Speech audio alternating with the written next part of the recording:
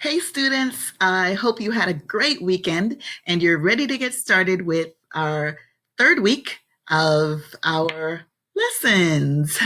We're just going to go ahead and jump right into it. This, of course, is the first 20-minute section of this week's lesson, of lesson 3, and I hope you guys get a lot from it. So let's go ahead and get started. As you can see, based on this document right here, I am going to do things a little differently. I hope that we can be a little more interactive, or at least I can be a little bit more interactive with you by showing you what we are learning and what we are seeing in our book. And you can see how I put sentences together and so forth and so on. Our lesson focus for today, what we are going to talk about, what we are going to study is all about family. Okay, we are going to write about your family and we're going to practice some new words today. We're going to practice new words, married and single. Those are new words that we're going to practice today. Let me ask you guys, first of all, why don't you tell me about your family? And when I say, tell me about your family, I want you to start to think about sentences like this. First of all, we will be using the verb to be when we talk about our family. We will be using possessive adjectives when we talk about our family. And we will be using subject pronouns when we talk about our family. And we have studied this already. We have studied those things already. So I'm going to give you some examples of how I would talk about my family. So in my family, which you guys have seen pictures of, I might say something like, my family is great. I have a husband. So you are talking about one of your family members. For me, that's my husband. Here we use the verb to be. My family is great. Okay. We use a subject pronoun. I have a husband. Here we get to use one of our new words, married. So when you are married, you either have a husband or you have a wife. So since I said I have a husband, then I would say I am married. Okay, my family is great. I have a husband. I am married. I have 2 sons. My first son is Eric Jr. My second son is Jordan. I live with my family. So these are some simple sentences that you can use when you talk about your family. Here you see using the verb to be, okay? Here we use the verb to be. My family is great. Here's another usage of the verb to be. I am married. Married is our new word that we learned today. I am married. I have 2 sons. We haven't started talking about this word yet, but this word have or has, but I have 2 sons. My first son is Eric, and here we see using the verb to be. We also see here using the possessive adjective my first son. Now, first in this case would be a what? An adjective, right? It is a word that gives us more information. Adjectives give us more information about nouns. Our noun is son, so my son, but to give you more information about my son, I'm telling you that he is my first son. And then, of course, the same thing here. My second son is Jordan, and I live with my family. You see here using the subject pronoun I. Okay, we use the subject pronoun I. And okay, so I want you to do the same thing. Think about these sentences. Think about your family. And I want you to write sentences about your family. Use these sentences as an example. Now, here I say, I am married. Okay, when you have a husband or you have a wife, you are married. If you do not have a husband or a wife, then you are single. Okay, that's what this word means here. Single means one. You are one person. When you are married, you are two people joined together. Okay? All right, so let's talk a little bit. And please answer these questions that I'm asking you. Answer these questions in the YouTube comments area. Okay? This way, I will know that you are watching the video, that you are understanding what we are talking about. My first question is, what's your name? Okay, so what I want you to do is I want you to come into the video section, the comment section, I'm sorry, of the YouTube video. I want you to type the question, what's your name? And then I want you to write your answer. My name is Natalia. My name is Ling. My name is Teresita. Okay? My name is Dolores. Okay? I want you to write your name in answer to the question. You're going to use your possessive adjective, my, and then of course name, and then you're going to use your verb to be, is. My name is. The next question is, where are you from? Another great opportunity to use our verb to be, but instead of using a possessive adjective, you would use a subject pronoun, right? I am from Venezuela. I am from Colombia. Okay. I am from China. I am from South Korea.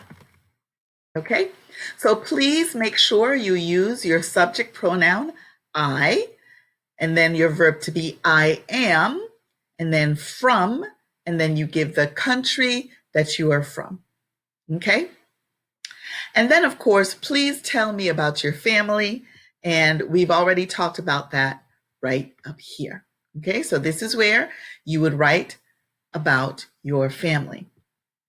All right, now what I want you to do is, if you have your book, I want you to open up your Ventures1 student book, your Ventures1 student book, and I want you to go to page 40 of your Ventures1 student book. It should look like this. And actually, some of you I know do not have a copy of the book.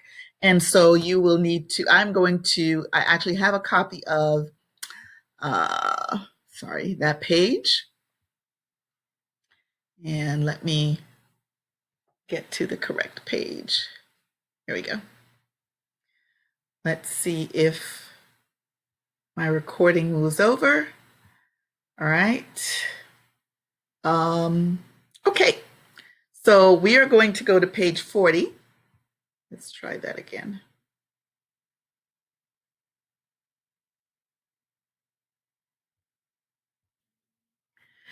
Okay, so let's get back to it. I was trying to see if you would be able to see me, but you won't, so that's okay. Right now, what's important is seeing the notebook, right? So let's go ahead and talk about Lesson E on page 40 of your notebook. And it says here, before you write, talk with a partner, ask and answer the questions, write your partner's answers. So let's talk a little bit about the U.S. Census Bureau. U.S. Census Bureau.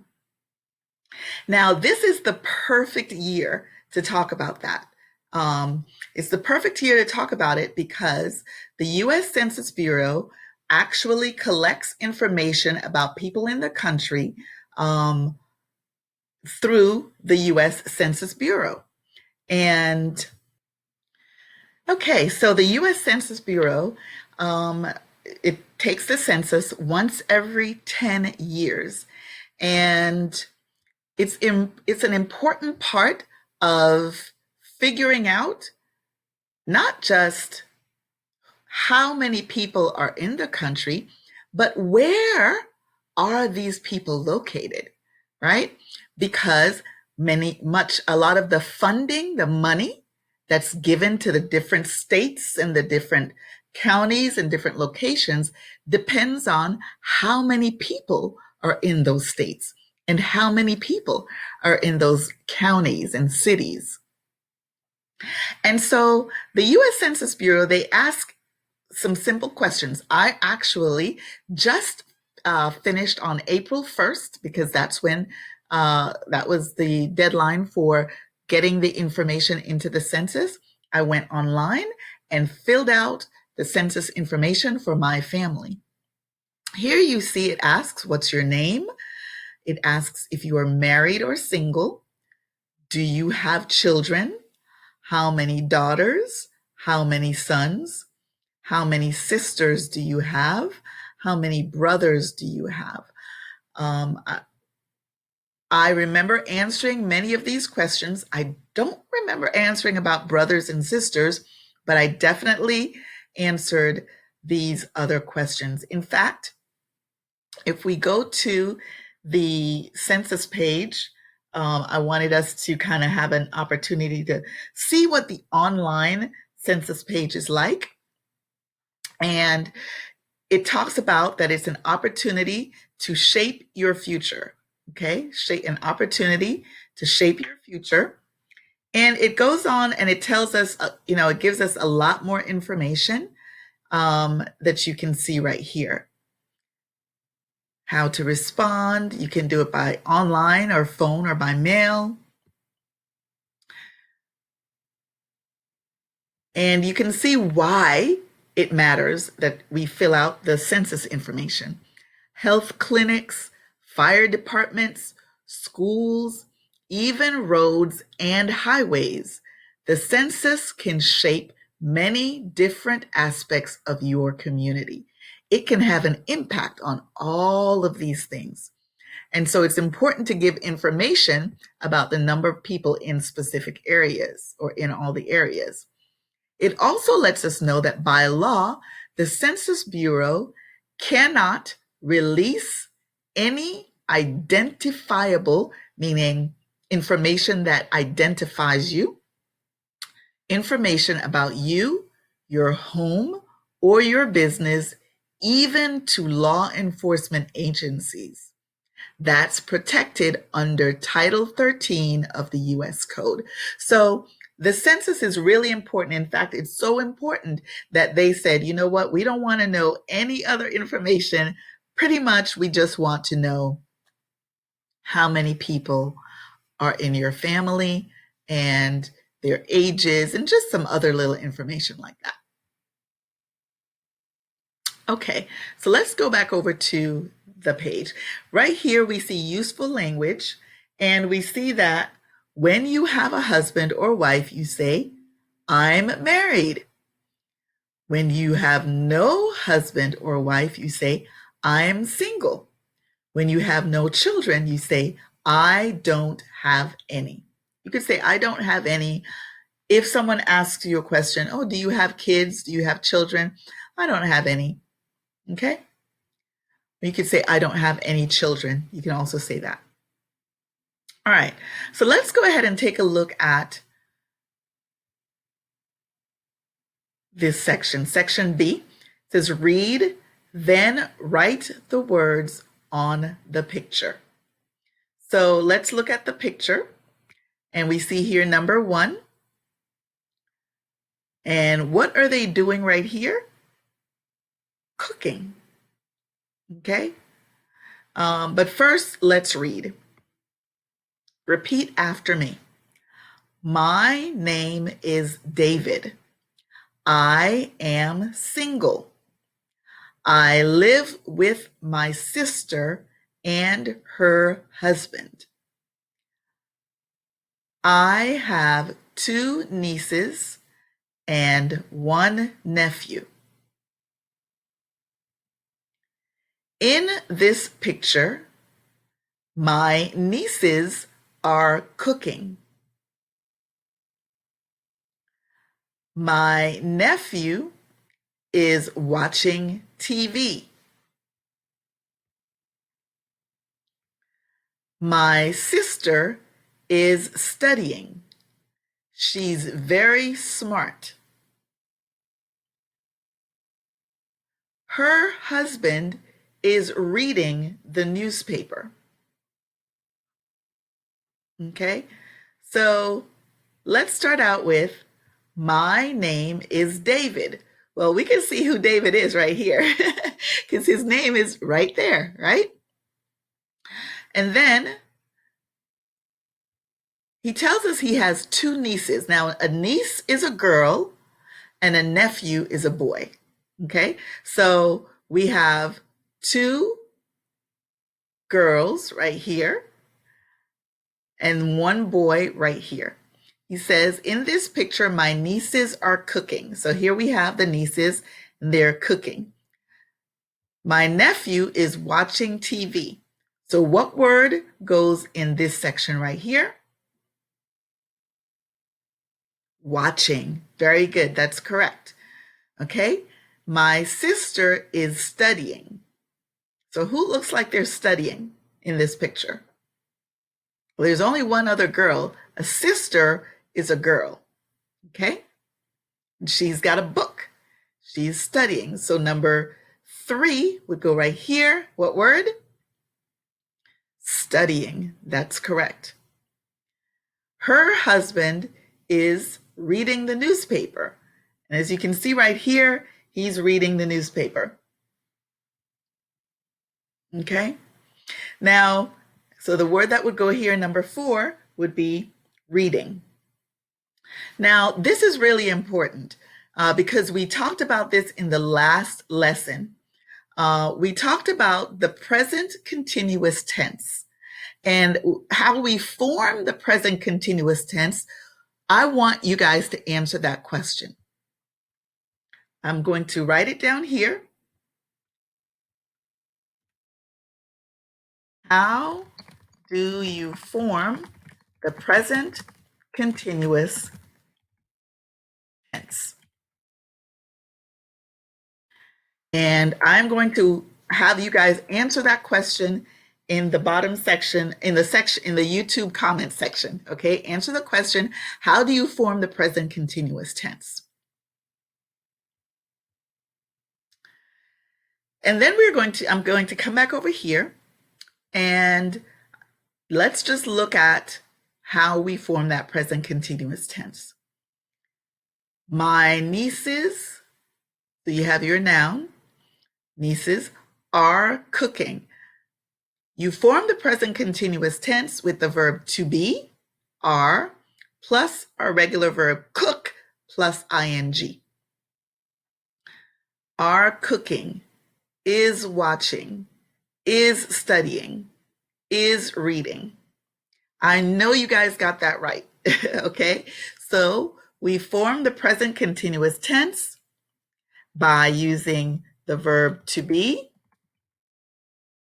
plus a regular verb plus ing. Okay, all right. I want us to take a quick look onto the next page, because the next page, page 41 in our book, we talk about family. And in the book, they ask you to draw your family. If you don't have a copy of the book, you can't draw your family. If you do have a copy, draw your family in the frame. But you can draw your family on another sheet of paper. That's fine also. But I want us to go ahead and address these 5 questions, okay? The first question is, what's your name?